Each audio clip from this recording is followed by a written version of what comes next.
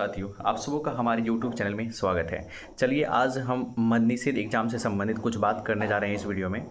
आपका अब जो है लास्ट 8 दिन 7 दिन 8 दिन बचा है, तो उसमें आप लोग को क्या करना चाहिए जो आप लोग का आसानी से रिजल्ट आ जाए और स्कोर जो है 70 प्लस हो जाए। तो उसके लिए कुछ विशेष टॉपिक मैंने प्रीवियस ईयर को देखकर तैयार किया है। तो प्रीवियस ईयर के अनुसार आप लोग जो अगर पढ़िएगा तो अब तो आप लोग बहुत सारा सिलेबस को पढ़ चुके हैं। तो लास्ट टाइम में 10 दिन में क्या करना है कि उसको रिवीजन करना होता है। तो रिवीजन करने के लिए सारे सब्जेक्ट रिवीजन नहीं करना है, उसमें कुछ टॉपिक जो इम्पोर्टेंट टॉपिक होते हैं उनको देखना होता है। तो मैंने प्रीवियस ईयर को ध्यान में रखते हुए इस टॉपिक को तैयार किया है। तो चलिए इस टॉपिक को आप लोग एग्ज़ाम देने से पहले एक बार अच्छे तरीके से पढ़ के जाइएगा। मैंने भी लास्ट दिन में यही किया था। मैंने भी प्रीवियस ईयर को देख के कुछ टॉपिक तैयार किया था जिसको मैंने अच्छे से पढ़ा था, और आप लोग भी पढ़िए, आसानी से आप लोग का रिजल्ट हो जाएगा। मैंने भी इसी प्रोसेस से 1938 में अपना सिलेक्शन लिया है। तो आप भी अपना इसी तरह से मद्निषेध में तैयारी करके फोड़ दीजिए एग्ज़ाम को। तो चलिए मैं बता रहा हूँ कुछ टॉपिक, इम्पोर्टेंट टॉपिक, बिना देर किए हुए। तो इसमें एक है टॉपिक सिंधु सभ्यता। सिंधु सभ्यता जहाँ से क्वेश्चन आते हैं लगभग हर एक एग्जाम में। अगला है हिस्ट्री में बौद्ध धर्म है, बौद्ध धर्म। अगला टॉपिक है तीसरा जैन धर्म है, और चौथा टॉपिक है 1857 की क्रांति और भारतीय राष्ट्रीय आंदोलन।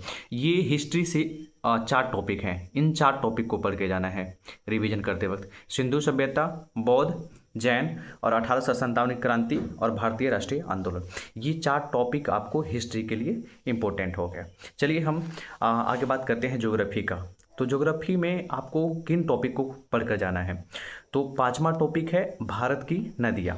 तो भारत की नदियाँ से अक्सर ज्योग्राफी में क्वेश्चन आते हैं। अगला टॉपिक है 6ठा मिट्टी। मिट्टी में जैसे जलोढ़ मिट्टी, खादर, बांगर ऐसे करके क्वेश्चन बनते हैं यहाँ से, तो मिट्टी हो गया।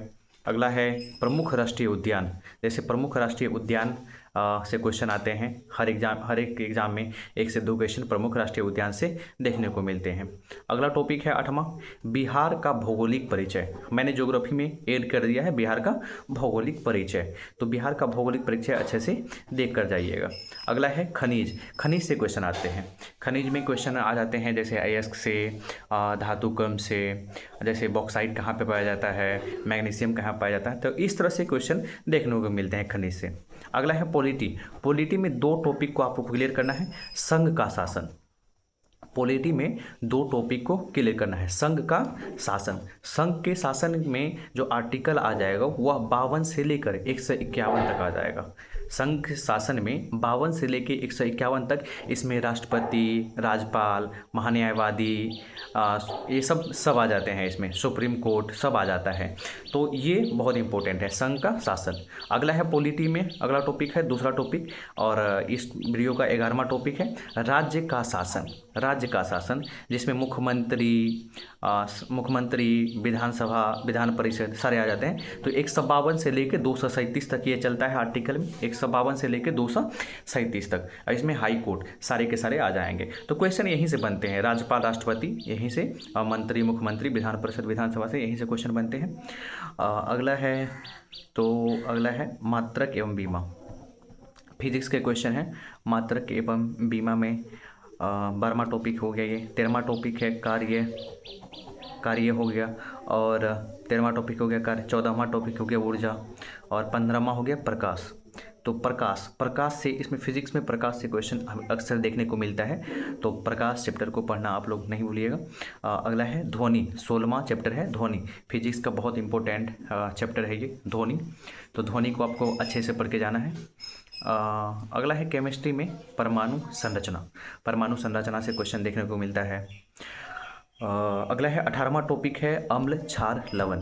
अम्ल, क्षार, लवण जहाँ से क्वेश्चन हर एक एग्जाम में देखने को मिलता है। अम्ल, क्षार, लवण से इसमें क्या करता है, उसका समीकरण दे देता है, रिएक्शन देता है, अम्ल और क्षार को अभिक्रिया करवाया जाता है। तो ये सब सारी आप इक्वेशन को देख के जाइएगा। और साइंस को पढ़ने का एक बेस्ट बुक है क्लास 9th और क्लास 10th। क्लास 9th और क्लास 10th का NCERT आप लोग अच्छी तरह से पढ़ लीजिएगा, वहीं से क्वेश्चन आते हैं। और मैंने जो ये टॉपिक बता रहा हूँ वो NCERT से आपको क्लियर करना है, ठीक है। तो अम्ल, क्षार और लवण हो गया। 19वां टॉपिक है धातु और अधातु। धातु और अधातु से क्वेश्चन बहुत देखने को मिलते हैं। तो चलिए 20वां टॉपिक है जनन, ये बायोलॉजी का टॉपिक है। 20वां टॉपिक है जनन। जनन पढ़ के जाना है। जनन चैप्टर से क्वेश्चन आते हैं, जैसे अमीबा में कौन सा जनन होता है, पैरामीशियम में कौन सा जनन होता है, द्विखंडन, बहुखंडन, इस तरह से क्वेश्चन देखने को मिलता है। चलिए 21वां टॉपिक है परिवहन। 21वां टॉपिक है परिवहन, ये भी क्या है, तो ये भी बायोलॉजी का टॉपिक है। इसी में परिवहन में आ जाते हैं सारे आतोत के बारे में, इसमें पढ़ने को मिलता है, एंजाइम एंजाइम के बारे में। अगला है रोग एवं विटामिन। रोग एवं विटामिन से क्वेश्चन आता है, जैसे विटामिन ए की कमी से क्या होता है, विटामिन बी की कमी से क्या होता है, विटामिन कॉम्प्लेक्स, जैसे बी कॉम्प्लेक्स विटामिन में आ जाता है, विटामिन ए, विटामिन बी, ऐसे विटामिन डी, इसका रासायनिक नाम क्या होता है। तो ये सब क्वेश्चन अक्सर देखने को मिलता है हर एक एग्जाम में। तो चलिए अगला है बिहार से। बिहार के बारे में आपको क्या पढ़ना है। बिहार स्पेशल से 4 से 5 क्वेश्चन आते हैं। बिहार स्पेशल में बिहार का इतिहास, जो इरुटेरिया का एक बुक आता है उससे आप लोग कर लीजिएगा। अगला है 25 नंबर में क्या है, तो झील है। 25 नंबर में बिहार का झील, बिहार के झील के बारे में पढ़ लीजिएगा। और बिहार में जो अभ्यारण्य है वो अभ्यारण्य के बारे में पढ़ लीजिएगा। 26वां टॉपिक है रामसर स्थल। जो बिहार में 6 रामसर स्थल बने हैं वो उनको याद कर लीजिएगा कि किस जिला में किस जिला में कौन सा है, तो ये याद कर लीजिएगा, बहुत इंपॉर्टेंट है। हिंदी में देखिए, हिंदी में क्या है, 27वां टॉपिक हिंदी का है पर्यायवाची। पर्यायवाची शब्द पढ़ के जाइएगा। अगला है विलोम। 28वां टॉपिक है विलोम। विलोम पढ़ के जाइएगा। विशेषण, विशेषण पढ़ के जाइएगा। संधि, संधि और समास, इन सब टॉपिक से 1938 में 27 तारीख को जो मेरा एग्ज़ाम हुआ था उसमें क्वेश्चन आया था, और मैंने इसी तरह से तैयारी करके अपना फाइनल सिलेक्शन लिया है 1938 में, और मेरा ज्वाइनिंग भी भागलपुर में है। चलिए अगला टॉपिक बताते हैं मैथ का। मैथ में क्या पढ़ के जाना है, तो लाभ और हानि। मैथ में क्या पढ़ के जाना है, लाभ और हानि पढ़ के जाना है। और साधारण ब्याज पढ़ के जाना है, चक्रवृद्धि ब्याज पढ़ के जाना है, ठीक है, चक्रवृद्धि ब्याज पढ़ के जाना है।